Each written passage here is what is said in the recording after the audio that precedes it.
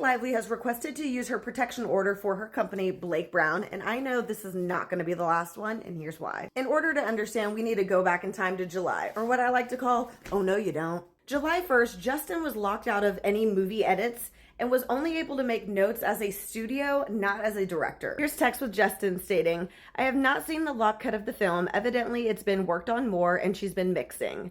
I'm getting to give notes as a studio today, not as a director. Very hard, but I'm okay. July 2nd, Justin found out from Sony that their marketing budget was going to end up being higher than expected because of Maximum Effort. Originally, when they hired on Maximum Effort, Blake Lively told Justin that they would do it for free, for the family.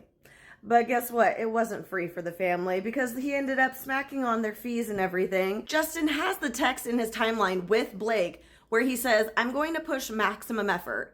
And she says, it's me and Ryan and Blake. We work for free for the family. July 11th, Blake Lively had the press that Justin had scheduled canceled. She did not want him doing it. July 15th, Justin found out that Ryan had been calling his agent at WME saying that he was a terrible person and to let him go. During the call with Justin's agent, he also reiterated that Justin is not welcome at the movie premiere of his own movie. July 17th, he got to do a press for It Ends With Us pop-up show. Justin's PR team notes that he was in a daze during this pop-up show because of all the stress from Ryan constantly calling his agent. July 22nd, we had the Deadpool Wolverine premiere, and that's when Ryan was also talking to WME agent about Justin again. Don't forget that some of the cast went to the premiere as well. The next day, Justin was told not to attend the premiere of It Ends With Us or Blake was going to boycott it and not attend.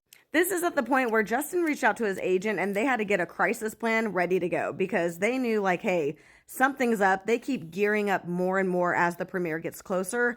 We need a crisis team. So that's when he had his first meeting with TAG and eventually signed on to him. Not that day, but we'll get to it. July 26th, Justin stood up for himself and said, no, we are going to the premiere. It's our movie. We will be there. Thank God he finally stood up for himself. Ugh. Justin believed that the likelihood of her boycotting was very low considering that she was heavily promoting the film. So he was just hoping for the best. July 30th, Blake requested that all of the cast do their interviews separately from Justin. And Justin's team was like, hey, that's not a good idea. People are going to pick up on that. The next day, that's exactly what happened. Everyone noticed and comments started rolling in. Where's Justin? Why is everyone doing press except for Justin? Why is his separately from everyone? What's going on? And that's when the articles started rolling. But July 31st, something else happened. The announcement of Blake Brown Beauty. Blake Brown drowned out the noise about the separation between Justin and the cast. While Justin signed on with TAG to save his career, Blake was promoting her hair care line at a pop-up event. Blake Brown Beauty coming out what day? August 4th. And that day is very important. August 3rd, Blake did a pop-up event for Betty Buzz. And then August 4th, Blake Brown. This is when it all starts making sense. So August 3rd, Blake did a pop-up event for Betty Buzz. Then the following day, Blake Brown was released. Guess what happened 2 days after her release? The movie premiere, where Justin was in the basement. And the day before the premiere, they did a whole cast interview without Justin. Now here's my opinion, and this is all alleged, so take it for a grain of salt.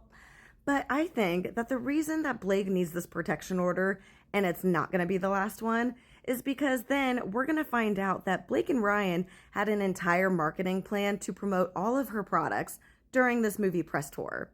That's why she didn't want Justin around, because how are you going to promote your products if you have two people right there, and also one with better hair?